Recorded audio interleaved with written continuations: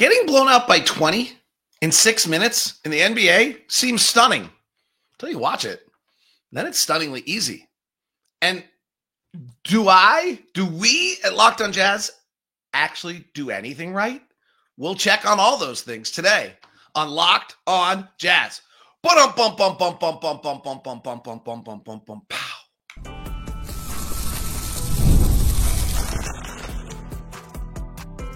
You are Locked On Jazz, your daily podcast on the Utah Jazz. Part of the Locked On Podcast Network, your team every day. How are you? I'm David Locke, radio voice of the Utah Jazz, Jazz NBA insider. I'm excited for today's show because I'm going to do something a little different, and I would love your feedback on it. So let me tell you who I am, what the show is, and what we're doing differently today. But just to kind of catch your attention right out of the chute, this is going to be a little different today. I am David Locke. I'm the radio voice of the Utah Jazz, Jazz NBA insider. This is Locked On Jazz. It's your daily podcast on the Utah Jazz, giving you insight, expertise, geeky numbers, and hopefully making it way better to be a Jazz fan each and every day, even when we lose by 40.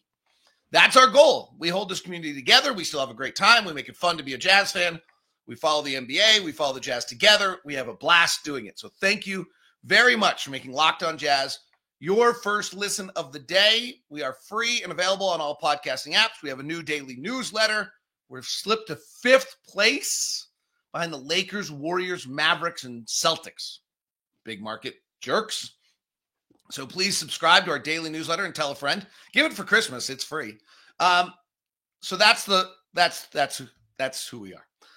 Today's show is brought to you on this Wednesday edition by Game Time. Game Time, today's episode is sponsored by the download Game Time app, create an account, use the code LOCKEDONNBA for $20 off your first purchase. By the way, I meant to mention this to you on Monday. I screwed up. So no show yesterday, you noticed. No show tomorrow. The team has stayed in LA. I came home to see my kids who are home from college. So I fly at 6 a.m. tomorrow morning. So I'm not doing a show at 4 a.m. All right, here's what we're doing today. I think this is going to be kind of interesting. One, we're going to go back and look at how we fell behind by 20. It's actually stunningly simple. I didn't think we did anything wrong. It was kind of crazy to me that, frankly, we just missed some shots. They made some shots. We're not as good as they are. Oh God, it's that easy was a little bit my reaction. The second thing we're going to do, and I was doing this with my son last night, who I'm wearing this. He goes to Williams, and it's a really smart school. So I'm putting this on so that I look like I'm really smart when I tell you how bad I am. We were going back through a bunch of our systems that you and I do as members of everydayers of Locked On Jazz last night, and whether they work. So our offensive prediction system is bombing right now. I'll share it with you. And then we're going to review some of the draft things we looked at just quickly. And then we'll do points gained before the show's over.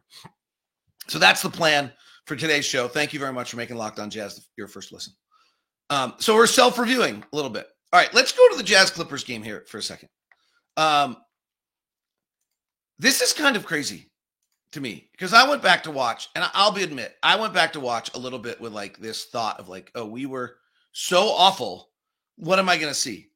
So we open the game up and we miss a little 10-foot hook, and then Zubac throws up a ridiculous 15-foot push shot. If we watch this play together, flying under the radar, one of the better seasons of his career. This is a play in which, okay, we're going to let him take that shot every single time. That little right-hand push shot, we don't care. We have a really bad offensive possession on our second possession. They're top blocking Lowry Markkanen, and we can't get the ball to him. And Keontae ends up taking a prayer three. It's a bad possession, okay? So there is bad. But they game plan. They're good. They got on top of Lowry. We didn't react well. Their next shot is Chris Dunn on a floating crazy bank shot. Okay, fine. He's Chris Dunn. I love him. He plays his ass off. He's super. He's fun. He trash talks Will Hardy when he's his own head coach. He's a beautiful human being. He's inspiring. He's not a good offensive player. James Harden, Norman Powell are on that floor, and Dunn shoots. I'm fine. Keontae misses a driving layup. It wasn't a great possession. It's not super. Sexton hits a three. Chris Dunn hits a corner three. I want Chris Dunn shooting corner threes. That's the shot I want him taking. So in the opening few minutes, nothing big deal. We've had one bad possession. They've had three where I feel like they got lucky. Then we have a not great possession here where Keontae drives for left, but it's not terrible. Like Sexton drives, we move it into Kessler, we rotate it out to John Collins. Collins tries to go one-on-one, probably not a very good idea. Bad passing, we're kind of all over the map, and then the video disappears. But Keontae drives the lane and misses a layup late in the shot clock. But, I mean, at least we're moving it. We weren't terrible. Norman Powell hits a crazy contested three. Like, there's nothing wrong with the defense you're going to see right here. Oh, well, that's maybe Sexton's a little slow to close. He just buries a three. On an inbound pass, we probably could have been closer if we're nitpicking. And next thing you know, you're now down 10-3, and it's coming. Now we do start to fall apart a little bit. The offense, Lowry throws a bad pass across court to John Collins that is unforced and is a turnover. And Zubac hits another 11-foot jump shot. So our offense is not very good to start against a really good defense. But they have made literally every shot they've taken 5 minutes into this game, and I'm generally okay with every single shot they've taken. Generally. Collins misses a layup. Harden, we force him to. This is actually, the irony is, this is, I feel like, the worst defense we played on any possession of the entire 20-point early blowout is Keontae guessing, stop playing his man, and Harden misses the three. Like, it's actually.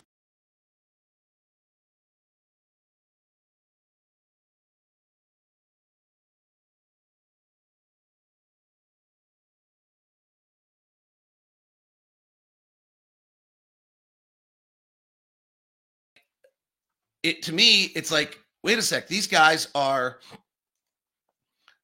the offense is not very good defensively. We're a terrible defensive team. We're last in the NBA again. I'm not sure that I'm looking at this and saying, oh, we just didn't come out and play. Sure, there's probably some coaching element. We're going to say there's more physicality needed, this and that. Okay, another not very good offensive possession. Good call by Tyler Ford.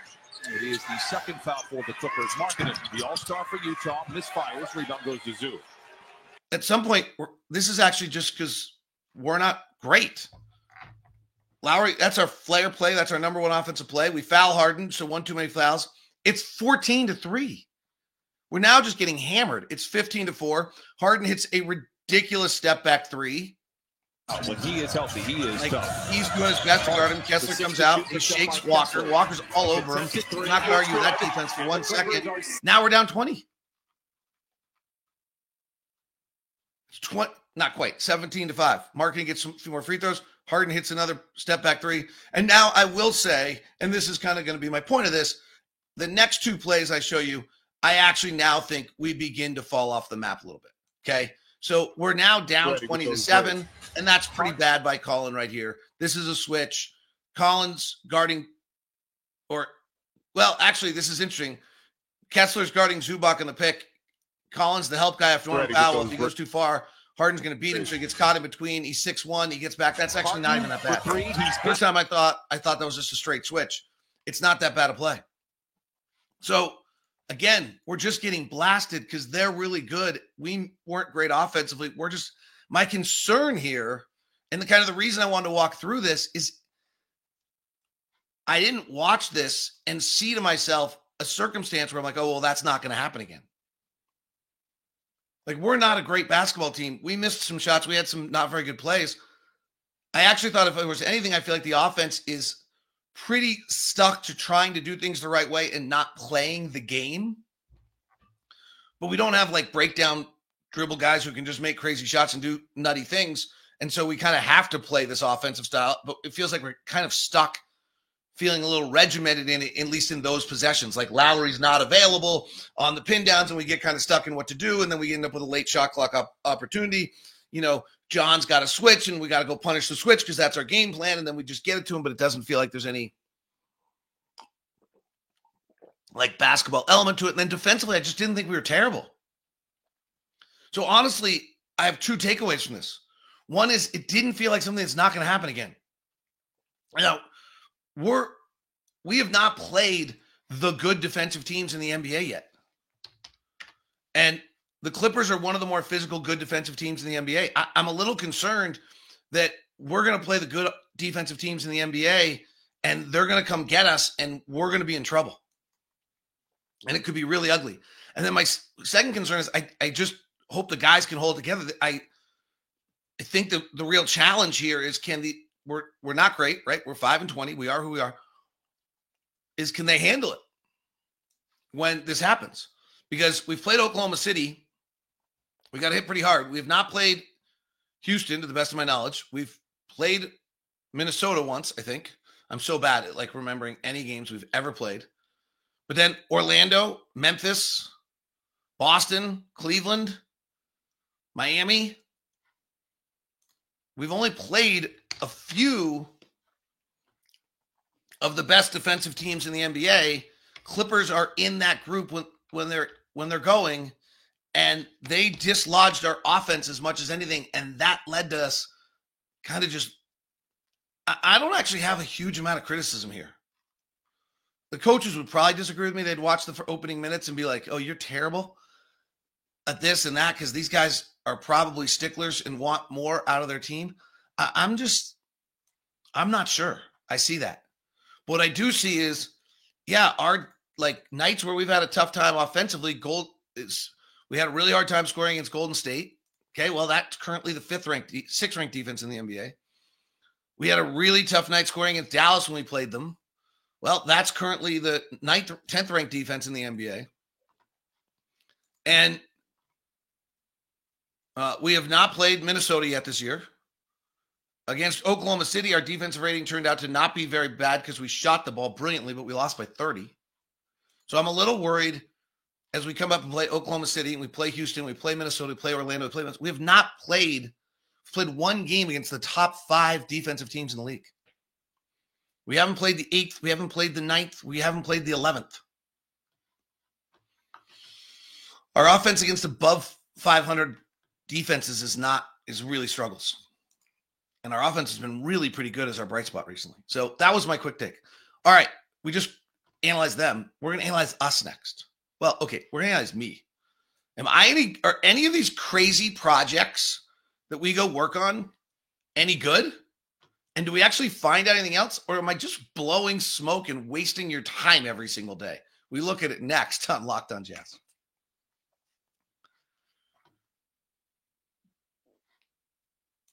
Today's edition of Locked On Jazz is brought to you by our friends over at Murdoch Hyundai, located at 4646 South State Street, also located in Logan and in Linden. Murdoch, they've got over 80 years of being in Utah with you and making sure that you have the best experience you possibly can. And they've got the Hyundai cars, which I'm driving the Santa Fe right now. Absolutely fabulous. Had the Palisade earlier. Beautiful. Their SUV lineup, incredible, all the way down to the Kona and the Tucson. And then the Elantras and the Sonatas are the sedans. The award-winning electric cars are, of course, your Ioniq 5 and Ioniq 6. All checked out at Murdoch Hyundai. Email me first at dlock09@gmail.com so that we can give you your VIP experience that you deserve. Today's show is brought to you in part by Game Time. Download the Game Time app today. Use the code LOCKEDONNBA for $20 off your first purchase. Terms do apply. Why Game Time? Well, let's start with the basics, and then we'll add the new piece on. The basics are Game Time ticket coverage, which is the most flexible customer service policy in the ticket industry. 2 is lowest price guaranteed, so you don't need to have 5 different ticketing apps open, searching all of them to see which one you can save $5 on. You get the best guaranteed lowest price with Game Time. Seat View, which gives you a panoramic view from your seat with the app before you buy. Beautiful, all-in pricing. Toggle the feature on, shows the total up front, no surprise. Now, Game Time has also added the feeling of making sure that you get an easier experience with Game Time picks. That makes it even easier for live events for you to pick. It filters out all the fluff to show you only incredible deals on great seats so you don't waste time searching for thousands of tickets. So pick an upcoming event, go check it out, look at what the deals are. You will see that there's the super deal, seats views before you buy, and Game Time picks makes it easier for you. Plus, download the Game Time app, create an account, and use the code LOCKEDONNBA for $20 off your first purchase. Terms apply. Again, create an account, redeem your code LOCKEDONNBA for $20 off. Hockey teams whole year, the 22nd and 23rd. You can check it out. Go to one of those games. Download the Game Time app. What time is it? It's game time. Today's show is also brought to you by Rocket Money. Rocket Money this is like a great app because honestly, it's kind of a self-police is the way I would refer to Rocket Money. So it does all sorts of great things. One is I really like the way it organizes everything. And so it can kind of see where you're spending and what you're spending on and how much crazy money you're spending on every single one of your TV, this and that's, and all those kind of things. But I also think in midst of that, it will show you all of your subscriptions that you have and kind of keep track of you to make sure that you're not doing spending too much. It's a personal finance app that helps you find and cancel your unwanted subscriptions, monitors your spending, and helps lower your bills so you can grow your savings. It brings everything together in one place, whether it's subscriptions, your spending habits, or even the goals you want to hit this year. Rocket Money has over 5 million users, has saved over $500 million in canceled subscriptions, saving members up to $740 a year when using the app's premium features. So cancel your unwanted subscriptions, reach your financial goals faster with Rocket Money. Go to rocketmoney.com/locked on today. That's rocketmoney.com/locked on today. Rocketmoney.com/locked on today.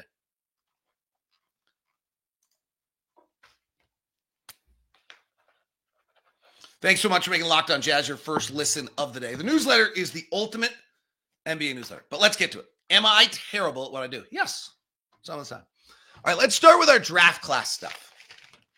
So last year during the draft, I was looking at this with my son last night. He's a computer science guy, so we were trying to see whether he might be able to do some things. We created something called danger zones, if you remember.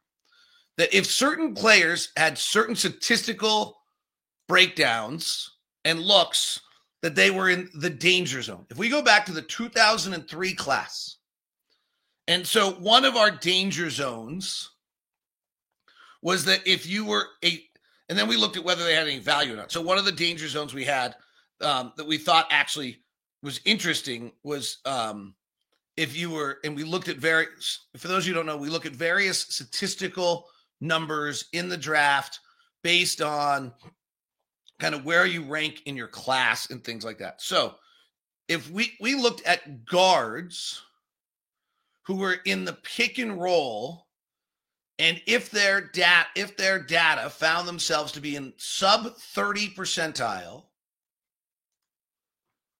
of pick and roll play with at least 20 pick and roll attempts, then they were in the red zone for being kind of an offensive player. And so far in our limited sample size, 6 of the 9 guys are non-rotation players. So if we look at 2 years ago, interestingly, one of the guys that jumped into this group was Brandon Miller. So that's going to turn out to be wrong because he's having a pretty good year. Now he's only shooting 41% from 3, 41% from the field, 35% from 3, but he's going to turn out to be fine. Jarice Walker was a big man, so we probably wouldn't put in there. There was a sophomore out of Texas. Taylor Hendricks was in this, and then Bilal Coulibaly was in this as well. Well, interesting to see what happens with him because this year he's really struggling, though he's scoring 13 points a game. So we had 2 really good players in there. The next tier of players that kind of clicked into this were Leonard Miller, Cam Whitmore, Sid Ciasco, Nick Smith Jr. on the next tier, and they have struggled. The bigger number where we've been, so that one's kind of right now, okay? Would be my kind of comment to that. Our bigger number where we have had some success, or we've been really looking at, is whether or not guys who don't shoot well in college can suddenly end up shooting well in the pros.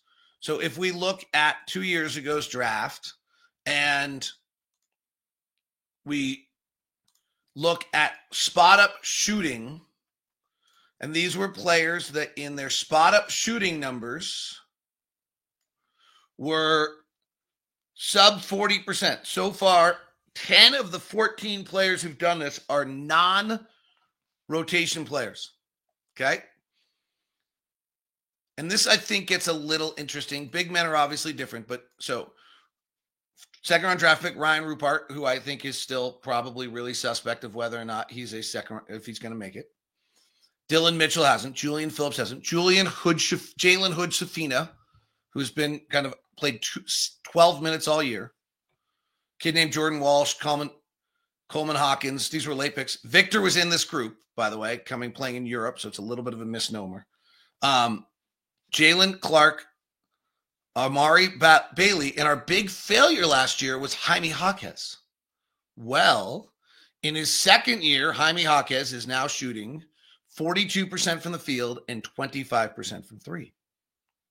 Interesting. The sixth pick of the draft, Anthony Black, was also a player that was in our danger zone of ever being able to shoot. And in his second year, he is shooting 41% from the field and 24% from three. So that's getting interesting. Jarace Walker was right on the edge of this group, but he was not in it. I think that's important to say. He was not in it, and he is coming back around a little bit. 42% from the field, 38% from three. The 2024 draft class, which is just starting and probably too early to see, but this is pretty interesting. Remember, the players we're talking about, when we've had players that have been sub 40 percentile in their spot up shooting, so far 10 of the 14 that we have studied have become non-rotation players. It's a pretty big number.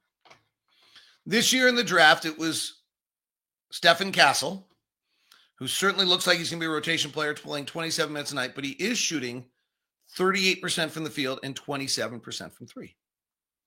He was the sixth pick of the draft. The 15th pick of the draft was Salam for Charlotte. He's been banged up a little bit, has not played as much, but he is shooting 33% from the field and 29% from three. Probably not fair to expect these guys to suddenly come out shooting when they didn't shoot before, but it's worth noting. Matthias Bazulius in Chicago is shooting 38% from the field and 35% from three, which is a little better than some others. Ron Holland, who ended up being the 10th pick of the, or actually an earlier pick than that, I have his rank, not his pick.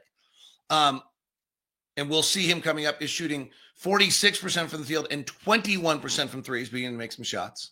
We had a lot of guys last year that Bub Carrington, who's in Washington getting a lot of time, 39% from the field, 33% from three. These are all holding. Ryan Dunn is now at 32% from three after his quick start. And then Isaiah Collier was the next tier down. He was not actually in the group, but he was the next tier. He's 31% and 14%. So that one's actually holding a little bit.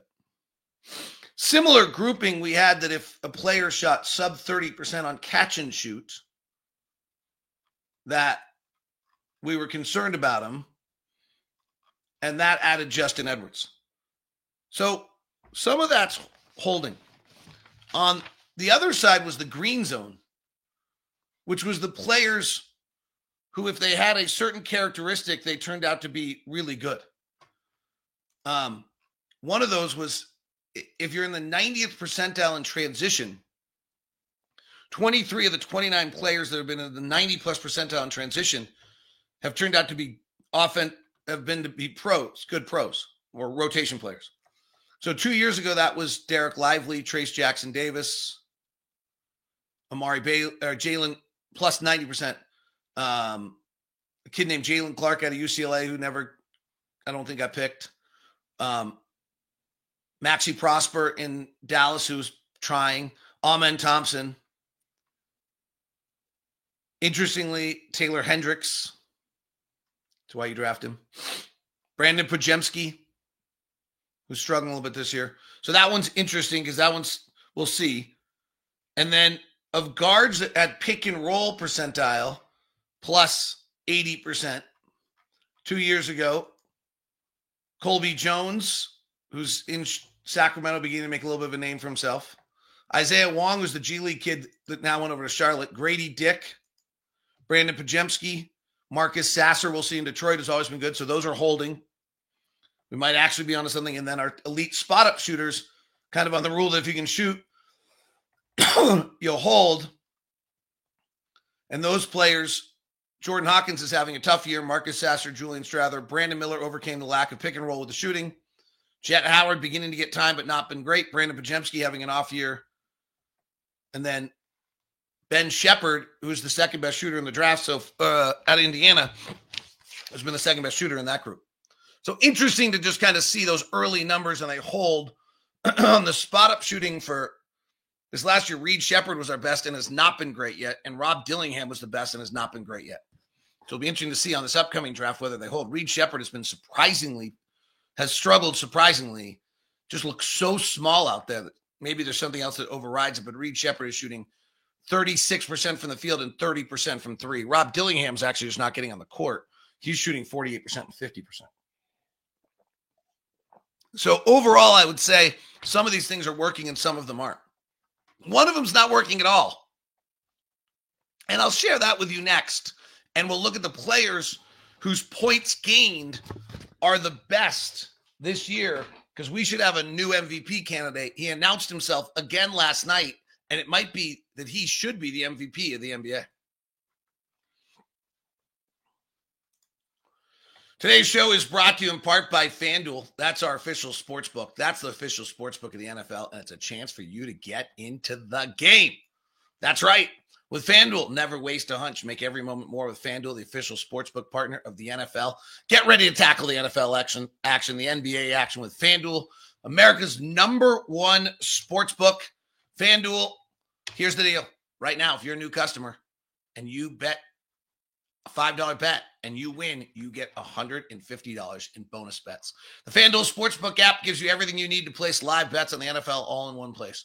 So when you get a hunch in the middle of the game, you can check out the latest stats view, live play-by-play, and so much more on the same page where you place your bets. Visit FanDuel.com to join today. We'll get you started with $150 in bonus bets with a $5 bet. FanDuel.com. NBA action back underway tonight.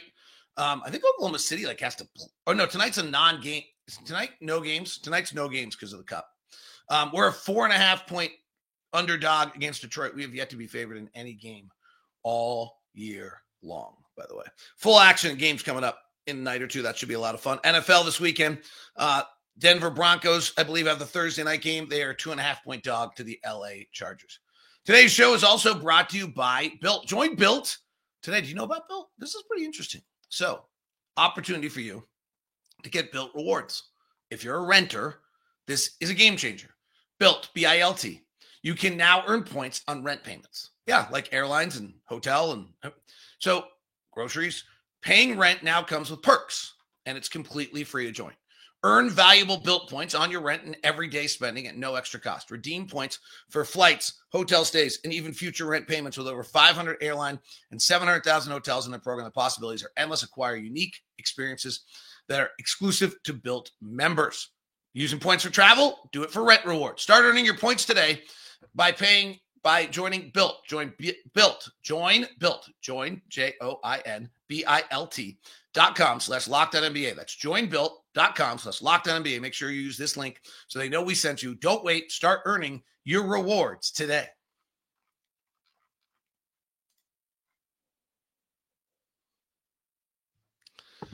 All right.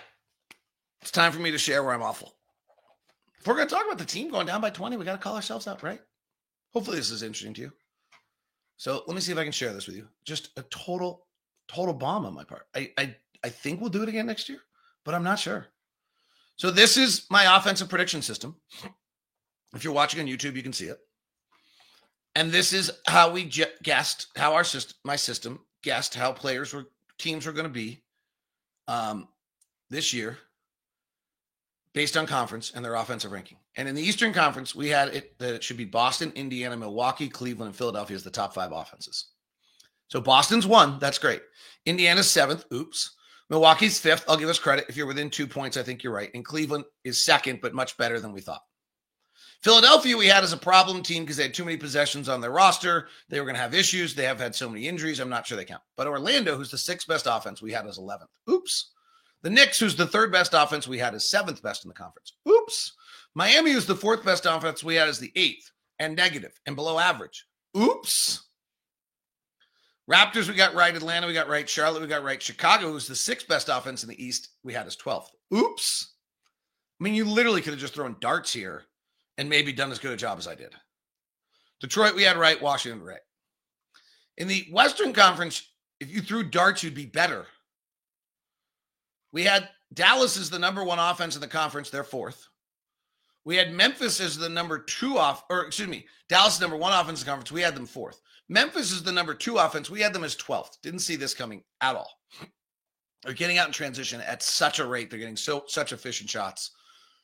We had Denver as the 10th ranked offense, which is stupid because they have Jokic, and they're 3rd. We had Sacramento as the 8th best offense, and they're 4th, and we had them with a possession problem, which is turning out to be accurate. They're below 500, so I'll take some credit there. Yeah, we bombed. We had Oklahoma City as the number 1 offense, they're 5th. We had the Suns as the 3rd best offense. They've been injured, they're 6th. We had the Clippers with Kawhi Leonard as the 2nd best offense. They're 12th. I'm not going to take a total bomb on that. It was a weird projection, but it also had Kawhi Leonard playing, and it doesn't have enough possessions for them without Kawhi. And Minnesota, we had as the 5th best offense, is 11th. We just bombed. So I will go back and have to review this and figure out what's wrong. But I bombed. I'm down 20, 6 minutes into a game right there. Absolutely bombed. All right. We should have a new MVP candidate in the NBA and maybe a new leader for MVP. I think this will be the talk. I think I said it yesterday that this is what's going to happen. And I'm not surprised by it. And I think it's probably the right thing for everyone to be talking about. But here are points gained as of right now in the NBA. Let's go to so far this season. Domantas Sabonis, points gained for those of you that are new to the program. If you're new to the program and you're still with me, I love you because this has been a really insider show today. Points gained is our offensive metric that we use to evaluate players. It actually works very well on the player level. It's bombing on the team level, as you just saw.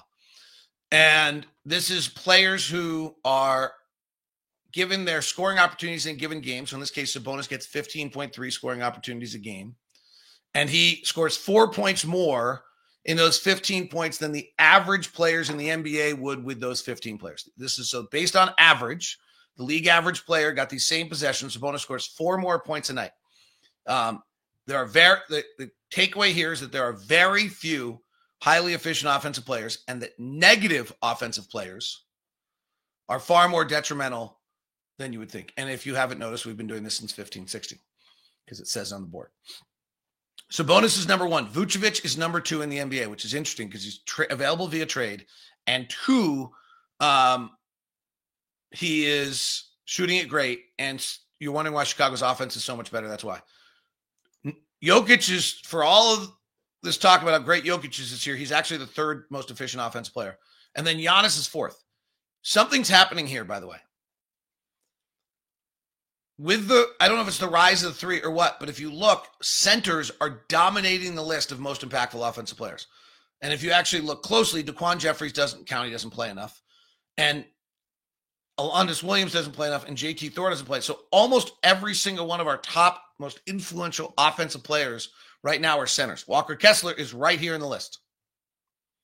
The amount of switching, the amount of three-point shooting, the center is becoming more important than ever before in their ability to get inside, dunk a basketball. Like the dunk is the most efficient shot. Non-centers. Jokic is funny. I don't know what to call him. Norman Powell is the number 1 offensive non-center in the NBA. Cat is a center. Kevin Durant is number 2. Josh Hart is 3. Shai Gilgeous-Alexander is 4. Peyton Pritchard is 5. Cameron Johnson in Brooklyn is 6, available in trade. Jimmy Butler, available in trade, is 7. Tyler Hero, 8. Aaron Gordon, 9. Dame Lillard, 10. This is why everything in Milwaukee had hoped is happening right now. They have 2 players over 2. Then Zach LaVine, Kyrie Irving, Christian Brown having a great year, Jalen Brunson, John Collins of the Jazz. Available, I guess. Jaren Jackson, Steph Curry. So really interesting to see. 10 worst offensive players in the NBA right now, or having the most detrimental impact. DeJounte Murray in New Orleans. Kyle Kuzma. Alex Sarr, rookie. Fred VanVleet. Jalen Noel, Washington. Micic in Charlotte. Zion is not playing. Chris Middleton is just back. Emmanuel Quickley has not been playing much. Kevin Porter in LA. Stephen Castle, we talked about him earlier, in San Antonio. Tyrese Maxey, that's why Philadelphia is struggling. Rookie Keshawn George, rookie Jacoby Walker, Cody Williams, rookie. Cam Whitmore, second-year player. Isaiah Collier, rookie. Zachary Ricochet, rookie. Brendan Pajimski, second-year player. Young players really struggle in the NBA. Take a look at just the Jazz for you.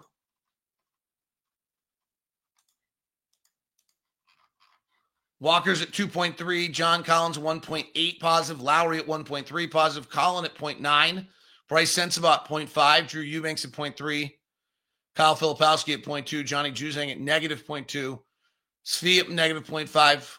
Jordan Clarkson minus 1.3. Keontae George minus 1.5, but getting better recently. We'll check his last 10 games. And then the youngsters are all well under 2. Let's look at the last 10 games. We'll start with the Jazz. See whether Keontae is, in fact, getting better. It's always important to look at him in stretches. Walker's at plus 3.1. John Collins is incredible at plus 2.7. Collins at 1.2. Filipowski 1.1 has played limited. Lowry's slumping a little bit, but he's still plus 9. Jordan Clarkson's positive in his limited time. Sensabaugh stays positive. Keontae's a minus 0.5. That's much better. Isaiah Collier, minus 2.4. Might have been why he was out of the rotation the other night. And Cody, minus 3.5. Let's quickly look at the hottest players in the NBA. Nikola Jokic is at plus 4.7 last 10 games, still carrying it. I'm not criticizing him. I just think Giannis now is a legitimate MVP candidate also. Cam Thomas been out for injury. Sabonis still dominating. Vucevic, Giannis, Norman Powell, incredible. Luka has clicked in. Look at that. Luka has clicked in. He's finally back in shape. Jalen Brunson, Daniel Gafford, Dame Lillard has clicked in at 3.3. Zach Edey playing well. He's played limited games in that stretch. Tyus Jones for Phoenix is on fire. Walker's right up there at 3.1. Jimmy Butler's on fire. Royce O'Neal, Peyton Pritchard knocking down shots. By the way, important for Indiana, Tyrese Halliburton is back up on this list after a terrible start, plus 2.7. They may look to see them click back in. And players that are having the most negative impact on their team right now, Jordan Hawkins, really struggling in New Orleans, Fred VanVleet, DeJounte Murray, Patrick Williams, Cody Williams, LaMelo Ball, Bilal Coulibaly, De'Aaron Fox. That's interesting. The whole DeMar DeRozan integration has sent them on a funny little game. Stephen Castle, minus 3. Miles Bridges, who's not played much recently. Dean Wade, who everybody loves in Cleveland, but they got Max Strus back, and so they should be all right. Bob Carrington, the rookie, minus 2.7. Drew Holiday in Boston, struggling. Don't feel like he's played a ton recently. Isaiah Collier's in there. Kyle Kuzma, Jonathan Kuminga, Joel Embiid, and CJ McCollum. So, interesting to see. At least I hope it was interesting. A little bit of a different show today as we kind of looked at all these things, my failures, all sorts of stuff. Got a little long. Thank you very much for tuning in. The newsletter is designed to be the ultimate number one spot for you in the NBA. It gives you Locked on Jazz stuff. It gives you a national article from Katie Heindel. On Thursday, it gives you the X's and O's of Mike Schreier. And it gives you the fantasy basketball exclusive with Josh Lloyd, plus all the links to the most important stories. So please subscribe at LockedOnDaily.com. Follow me at DLock09 on all the accounts, Twitter, Instagram, Threads, Blue Sky, and X at DLock09. And please subscribe and follow the show. Thanks very much. If you're on video, thanks for sticking with us today. You are now get the first 24/7 NBA channel, Locked on NBA. Plus, check out Locked on NBA Game Night after all the games are done every night.